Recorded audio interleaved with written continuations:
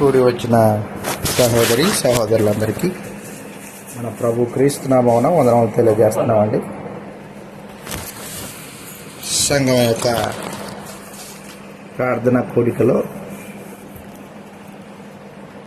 దేవుని వాక్యాన్ని ధ్యానించుదాం. దేవుని యందలి భక్తి అనేది గ్రంథం నుంచి ఆలోచన చేస్తాం. దేవుని యందలి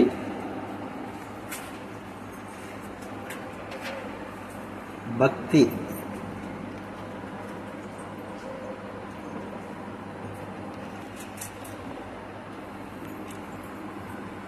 సామాన్యంగా మనుషులు దేవుణ్ణి ఎరుగకపోయినా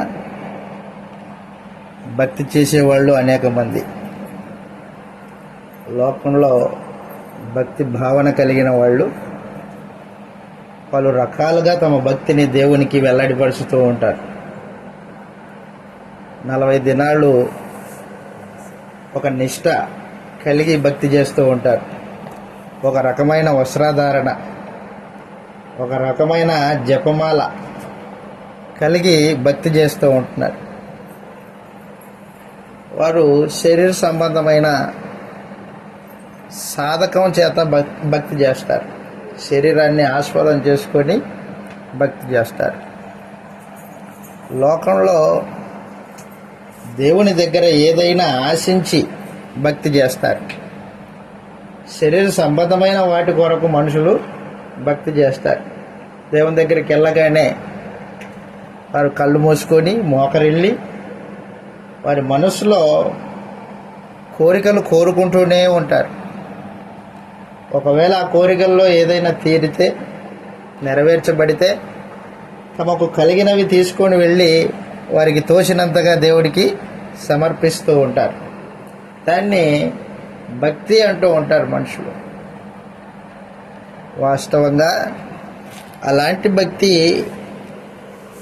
దేవుడు అంగీకరించడు. భక్తికి ఒక ఉద్దేశం ఉండాలి. భక్తి ఉద్దేశంతో చేయాల. భక్తి యొక్క ఉద్దేశం, భక్తి యొక్క ఉద్దేశం. మనుషులు ఏ ఉద్దేశంతో భక్తి చేస్తారో చెప్పాడు మీకు ఇంతసేపు. శరీర సంబంధమైన తమ కోరికల కొరకు భక్తి చేస్తారు. ఆపదలు ఇబ్బందులు వచ్చినప్పుడు భక్తి చేస్తారు. వారు తమ ఇష్టానుసారంగా భక్తి చేస్తారు. భక్తి యొక్క ఉద్దేశము శరీర సంబంధమైన కోరికలే తప్ప ఇంకొకటి కాదు వాళ్ళకి. బైబిల్ అంటుంది, బైబిల్లో భక్తికి ఒక ఉద్దేశం ఉంది. భక్తి చేసేవాడు నిత్య జీవం కొరకు భక్తి చేయాలి అని గ్రంథం చెప్తూ ఉంది. తీతుకు రాసిన పత్రిక, నిత్య జీవము దేవునితో పాటు శాశ్వత కాలము ఉండడానికి భక్తి చేయాలి. తీతుకు అపోస్తలుడైన పౌలు ఉత్తరం రాస్తూ 1వ అధ్యాయము మొదటి 2 వచనాల్లో ఈ మాటలు రాయబడ్డాయి. భక్తికి ఆధారము నిత్య జీవమును గూర్చిన నిరీక్షణ అయి ఉండాల. చూద్దాం, అక్కడ రాయబడుతుంది. తీతుకు అపోస్తలుడైన పౌలు రాసిన పత్రిక 1వ అధ్యాయం 1వ వచనం నుండి, దేవుడు ఏర్పరచుకుని వారి విశ్వాసము నిమిత్తమును అదిగో నిత్య జీవమును గూర్చిన నిరీక్షణతో కూడిన భక్తికి అని సమాచారం. భక్తికి ఆధారం ఏమై ఉండాలా? నిత్య జీవమును గూర్చిన నిరీక్షణ అయి ఉండాల.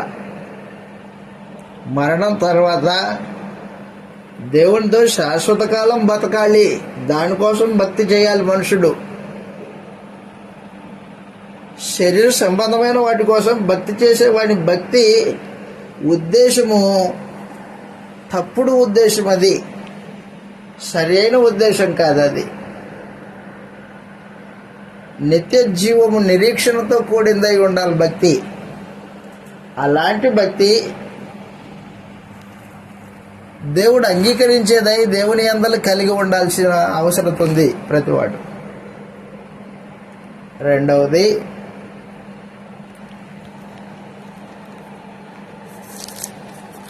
నిత్య జీవమును నిరీక్షణ కాకపోతే ఆ భక్తి వ్యర్థము.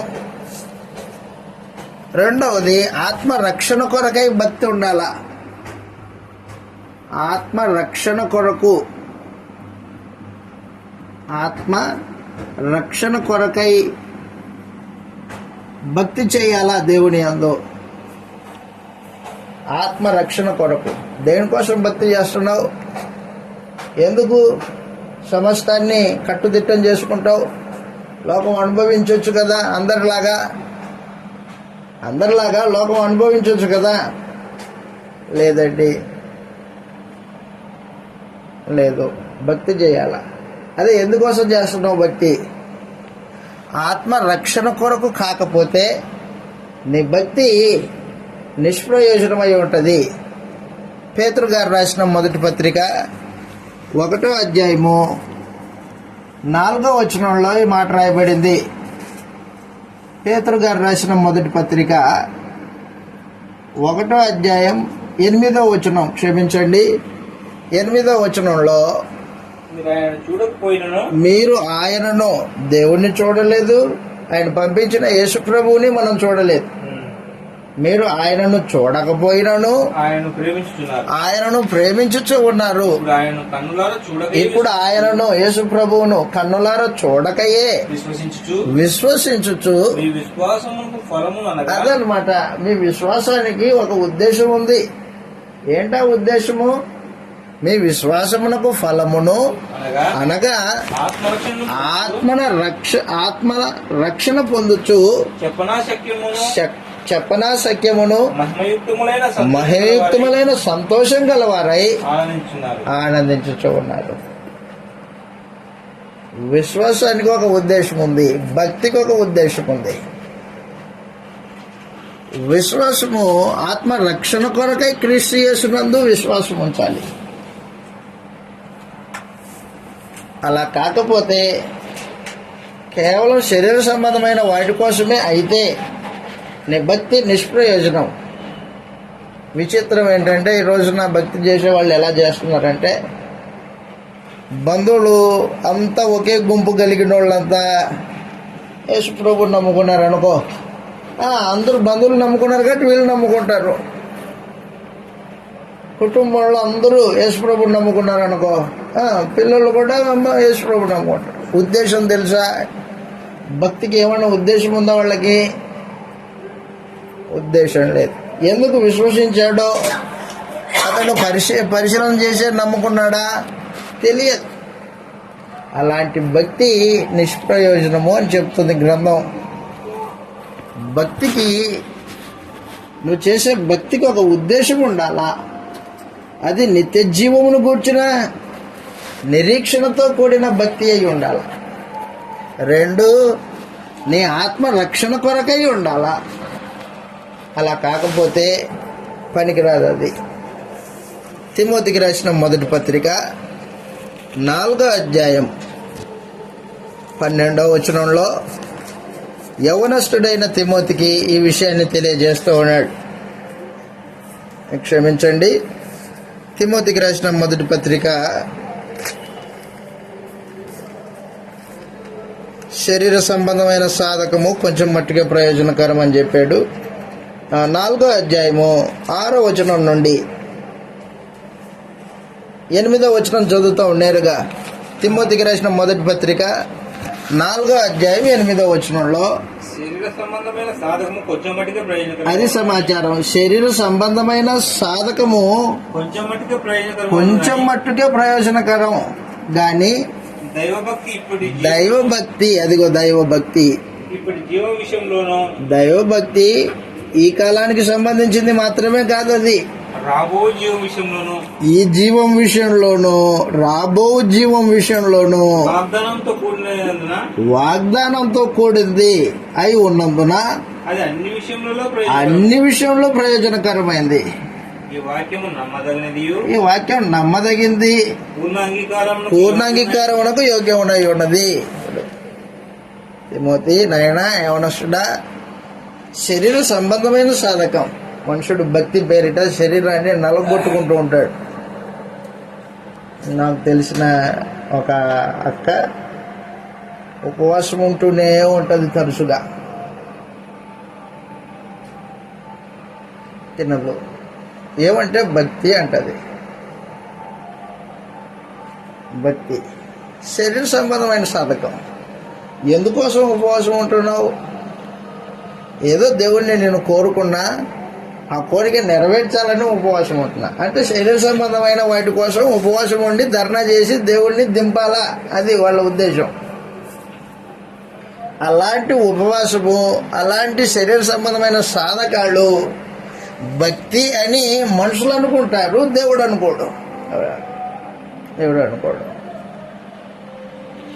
శరీర సంబంధమైన సాధకము కొంచెం మట్టుకే ప్రయోజనకరం. అయితే దైవభక్తి ఈ జీవం విషయంలోనూ రాబో జీవం విషయంలోనూ, ఈ జీవితంలో రాబోయే జీవితంలో కూడా, రాబోయే జీవితం ఉందా? ఉంది. ఆత్మ సంబంధంగా దేవుడితో పాటు శాశ్వత కాలం ఉండే జీవం ఉంది. రాబో జీవం విషయంలోనూ ప్రయోజనకరమై ఉన్నది అని చెప్పేశాడు.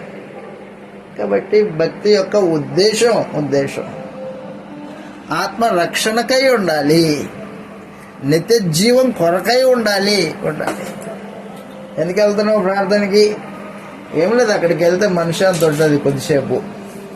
మనశ్శాంతి కొద్దిసేప, అలాంటిది పనికిరాదు. భక్తి పనికిరాదు. కాబట్టి దయచేసి గుర్తుపెట్టుకో, దేవుని అందరి భక్తి చేసే వ్యక్తి భక్తికి ఒక ఉద్దేశం కలిగి చేయాలి.